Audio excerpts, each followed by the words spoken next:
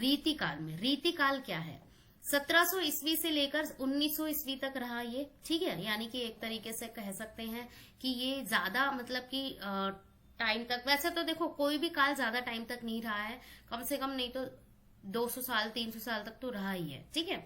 इसको एक तरीके से श्रृंगारिक कविता का युग कहा गया। श्रृंगारिक कविता जिसमें जो हमारे रस हैं, जो हमारे रस हैं, जिसके अंदर प्रेम रस आ गया, श्रृंगार रस आ गया, भक्ति रस आ गया, और सबसे ज्यादा मतलब कि प्रेम को सबसे ज्यादा इन्होंने मतलब कि यहाँ पर कोरिलेट किया गया है इस चीज को, कि सबसे ज्यादा इन्होंने क्या दिखाया है कि भाई प्रेम जो होता है, प्रेम में बहुत सारी चीजें होती हैं। ऐसा नहीं है सिर्फ प्रेम प्यार वाला हो, प्रेम हमारा विरह वेदना वाला भी होता है कि भाई हम अलग होते हैं, वो चीज वाली चीज भी इन्होंने अपनी मतलब की रचनाओं में दिखाई है। तो इस काल की, इस रीति काल की मुख्य विशेषता क्या थी कि इस युग में काव्य का केंद्र प्रेम, सौंदर्य और नायिक भेद रहा है। नायिका भेद, नायिका भेद क्या होता है? नायिका भेद एक तरीके से, नायिका क्या होता है? नायिका एक स्त्री से रिलेट है, ठीक है। स्त्री, एक स्त्री के अंदर या एक स्त्री के भिन्न भिन्न रूपों को दर्शाया गया है। एक स्त्री सिर्फ प्रेम से रिलेटेड नहीं होती, एक स्त्री जो है उसके भिन्न भिन्न रूप होते हैं, उसके अंदर गुस्सा भी आता है, उसके अंदर एक तरीके से प्यार भी होता है, एक तरीके से मतलब बहुत सारे अलग अलग उसके रूप होते हैं, ठीक है। तो वो सारी की सारी चीजें इस काल में दिखाई गई हैं। इसे रीति युग भी कहा गया है क्योंकि इसमें काव्य रीति पर जोर दिया गया था, काव्य रचनाएं ज्यादा लिखी गई हैं। आप लोगों ने, अगर आप लोगों को याद होगा तो कमेंट सेक्शन में बताना मुझे। मैंने जब 12th की थी, जब मेरी 12th हुई थी, तो मैंने एक चैप्टर पढ़ा था 12 मासा, 12 मासा, ठीक है। और आई थिंक मुझे आज भी मतलब कि उसकी बात याद है। उस चैप्टर तो नहीं कहेंगे उसे, था एक हिंदी का चैप्टर तो था ये, बट वो एक तरीके से पद्य खंड में सा था, मतलब कविता में से था। और उसमें जो एक नायिका, जो स्त्री है, वो किस तरीके से अपने पति से दूर रहती है, अपने नायक से दूर रहती है, उसकी जो विरह वेदना है, जो उनसे अलग होने का जो प्रेम है, उस चीज को दर्शाया गया था। तो ये चीज मतलब कि कहीं ना कहीं रीतिकाल को कहीं ना कहीं कोरिलेट करती है। और इसकी जो मेन भाषा रही है, यहाँ पर जो रचनाएं हुई थी, इस टाइम पर जो रचनाएं हुई थी वो ब्रज भाषा में हुई थी, इस बात को भी याद रखेंगे, ठीक है। इसमें रस के साथ साथ, यानी कि इस काल में रस के साथ साथ अलंकार भी आया है, श्रृंगार को भी महत्व दिया गया है, ठीक है। और एक बात तो यहाँ पर आप लोगों को इम्पोर्टेंट ये भी याद रखनी है कि इसे श्रृंगार युग के नाम से भी जाना गया है, क्योंकि कई बार ऐसा क्वेश्चन आ जाता है कि भाई श्रृंगार युग कौन सा युग है, या श्रृंगार युग किस काल को कहा गया है, तो रीति काल को कहा गया है, ठीक है। इस पॉइंट को भी आप लोगों को याद रखना है। तो इसमें प्रमुख कवि कौन कौन से रहे हैं हमारे? बिहारी सत सई, जिन्होंने 700 दोहे लिखे हैं, इस चीज को भी याद रखेंगे। 700 दोहे लिखे हैं इन्होंने, और सबसे ज्यादा इन्होंने मतलब कि प्रेम से रिलेटेड, सौंदर्य से रिलेटेड, नायक नायिका का जो विरह वेदना है, जो प्रेम संबंध है, उससे रिलेटेड लिखा है। तो बहुत सारे दोहे इनके बहुत फेमस हैं आज भी। केशवदास भूषण और घनानंद जी, ये हमारे बहुत मेन उस टाइम के कवि रहे हैं, तो इनको भी आप लोग याद रखना है। अब भाई देखो, ये तो सिर्फ मैं छोटे छोटे मतलब कि कुछ ही एग्जाम्पल के तौर पे आप लोगों को बता रही हूँ इन कवियों के नाम, बट जब आप डिटेल में हिंदी साहित्य का इतिहास पढ़ोगे ना, तो आपको इतने सारे कवियों के नाम याद रखने पड़ेंगे, और उन कवियों ने कौन कौन सी रचनाएं की, कब की, क्यों की, क्या उनका एक तरीके से उद्देश्य था लिखने का, तो वो सभी आप लोगों को याद रखने पड़ेंगे। याद का मतलब ये नहीं है कि मतलब रटने का मतलब, नॉर्मली यहाँ पर मैं इस चीज को बता रही हूँ कि आप लोगों को समझना है कि भाई कौन से कवि ने या कौन से रचनाकार ने कौन सी रचना लिखी और क्यों लिखी, उसका उद्देश्य क्या था, ठीक है, उसका महत्व क्या था। तो ये चीज आप लोगों को हिंदी साहित्य में जानने के लिए मिलेगी, जो मैं अपकमिंग क्लासेस में भी कंटिन्यू करवाऊंगी। अब चलते हैं, हमारा जो लास्ट काल है, जो अब तक चला आ रहा है, आधुनिक काल, जिसे आज के टाइम की भी मतलब के काल के हिसाब से कह सकते हैं। 1900 साल यानी कि 1900 ईस्वी से लेकर अब तक चला आ रहा है। और इस युग में कौन कौन सी चीजें सबसे ज्यादा इंपॉर्टेंट रही हैं?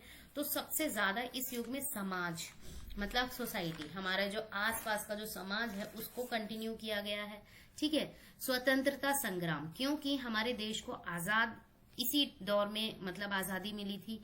नारी चेतना, नारी का क्या एक तरीके से, नारी के साथ साथ क्या क्या शोषण होते थे और क्या क्या बंद हो गए हैं, समाज सुधार कितने रहे हैं, ठीक है, विज्ञान, मानवतावाद आदि विशेष जो मतलब कि विषय रहे हैं, स्पेसिफिक जो टॉपिक रहे हैं, उन सब पर इन्होंने मतलब इस काल में दिखाया गया है। इस काल को कई उपयुगों में भी बांटा गया है। इस काल को मतलब कि एक तरीके से इस काल को भी एक तरीके से यहाँ पर 1, 2, 3, 4, 5 और 6 भागों में बांटा गया है, 6 भागों में बांटा गया है। तो सबसे पहला जो उपयुग है वो है हमारा भारतेंदु युग। भारतेंदु युग जो हमारा ये युग था, ये चला था हमारा 1857 से लेकर, ठीक है, और ये चला था हमारा 1900 तक। 1857 से लेकर 1900 तक चला था और इसमें राष्ट्र प्रेम ज्यादा दिखाया गया है। राष्ट्र प्रेम यानी कि भारतेंदु युग में राष्ट्र प्रेम, अपने देश से कैसा प्रेम होना चाहिए उस चीज को इन्होंने दिखाया गया है।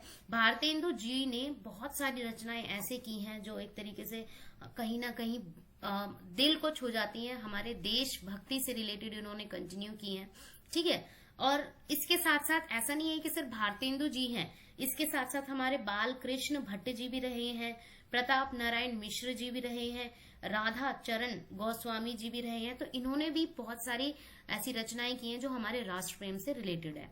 फिर है हमारा द्विवेदी युग। द्विवेदी युग ये कब से कब तक चला था? तो ये चला था हमारा 1900 से लेकर 1918 तक चला था, ठीक है। ये वाला जो युग है इसे महावीर प्रसाद द्विवेदी के नाम से भी जाना जाता है, अगर प्रॉपर नाम इसको कहा जाए। और ये हमारा किसको रिलेट करता है? समाज सुधार को, ठीक है। समाज सुधार से रिलेटेड इन्होंने बहुत सारी रचनाएं की, चाहे वो उपन्यास के तौर पे हो, चाहे कविताओं के तौर पे हो, चाहे कहानियों के तौर पे हो। तो इन्होंने बहुत सारी रचनाएं की हैं। तो समाज सुधार से रिलेटेड इन्होंने बहुत सारी रचनाएं की जो समाज में सुधार होना चाहिए, या समाज से, चाहे वो नारी से रिलेटेड हो, चाहे हमारे मतलब कि बेरोजगारी से रिलेटेड हो, तो बहुत सारी कविताएं इन्होंने लिखी गई हैं।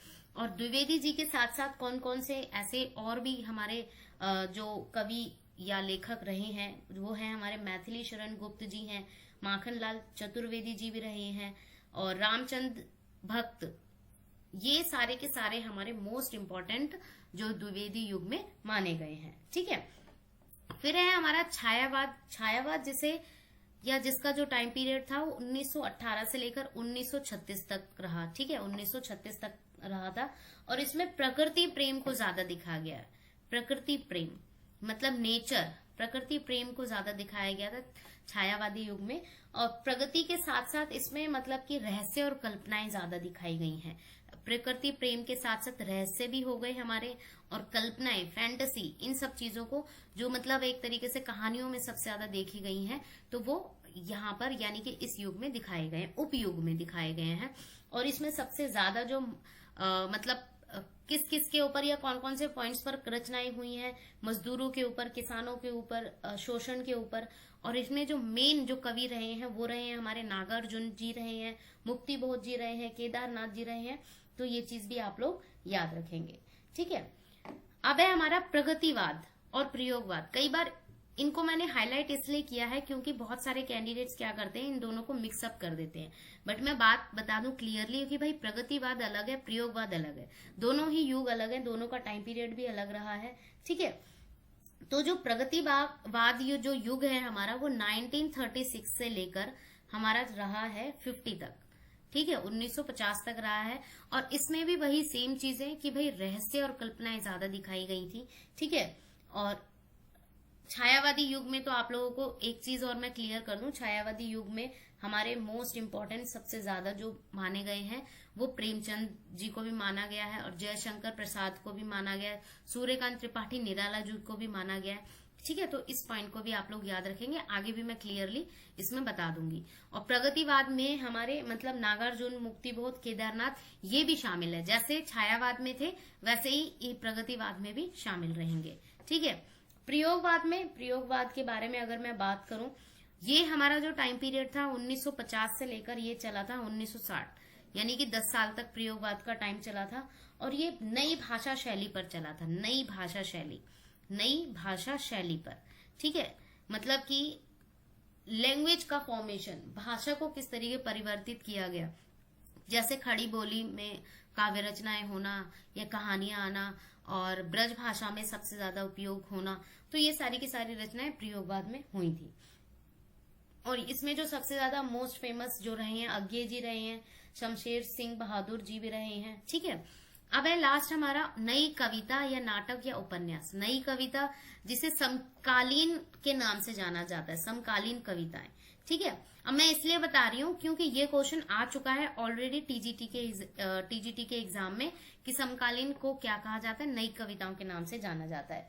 तो नई कविताओं के हिसाब से इसका जो टाइम पीरियड था ये 1960 से लेकर ये चला था हमारा 75 तक।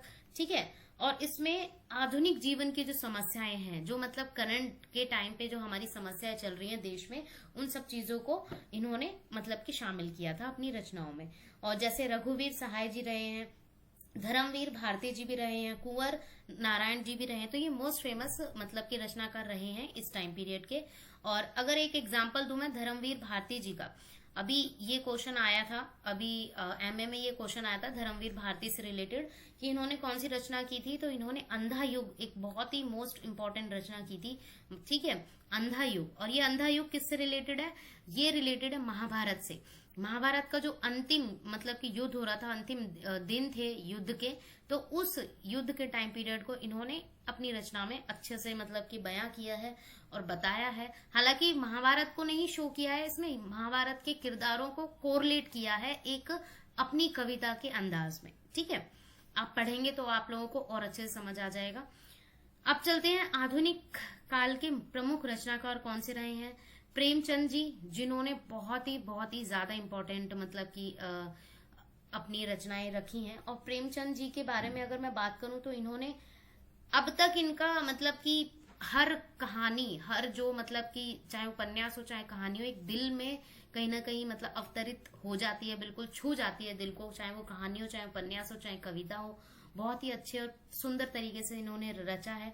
ठीक है, और फिर हैं जयशंकर प्रसाद, सुमित्रा नंदन पंत हो गए हमारे, महादेवी वर्मा, निराला जी। ठीक है, ये सब छायावादी युग के कवि रहे हैं। ठीक है, रामधारी दिनकर, ये हमारे हरिवंश राय बच्चन जी, मुक्तिबोध। हरिवंश राय बच्चन जी की बहुत सारी हमारी ऐसे जैसे मधु कलश हो गया, मधुबाला हो गया। ठीक है, तो ये मोस्ट इंपॉर्टेंट हमारी रचनाएं रही हैं जिनसे रिलेटेड क्वेश्चन आ सकते नहीं आते ही हैं। मुक्तिबोध, नागार्जुन, महाश्वेता देवी आदि, तो ये मोस्ट रचनाकार रहे हैं फेमस। और इनके अलावा भी बहुत रचनाकार हैं। अगर आप पढ़ने बैठो तो बहुत ही ज्यादा आप लोगों को डीपली जाना पड़ेगा हिंदी साहित्य को पढ़ने के लिए। तो आप लोगों को डिटेल में हर चीज पढ़नी पड़ेगी ताकि किसी भी एग्जाम को आप आसानी से क्लियर या क्वालिफाई कर पाए। ठीक है, अब हम बढ़ते हैं आगे कि भाई ये टॉपिक थे जो आप लोगों को मुझे बताने थे। एज अ हिंट के तौर पर मैंने बता दिया है कि क्या क्या चीजें आप लोगों को हिंदी साहित्य में पढ़नी है, और मैं कंटिन्यू करूंगी क्लासेस को इसी तरीके से। और बाकी आप लोग अपना पॉजिटिव फीडबैक एंड सपोर्ट देना, like it, share and subscribe के थ्रू, ताकि मैं यूं ही क्लासेस कंटिन्यू करती रहूं। So keep learning, thanks for watching.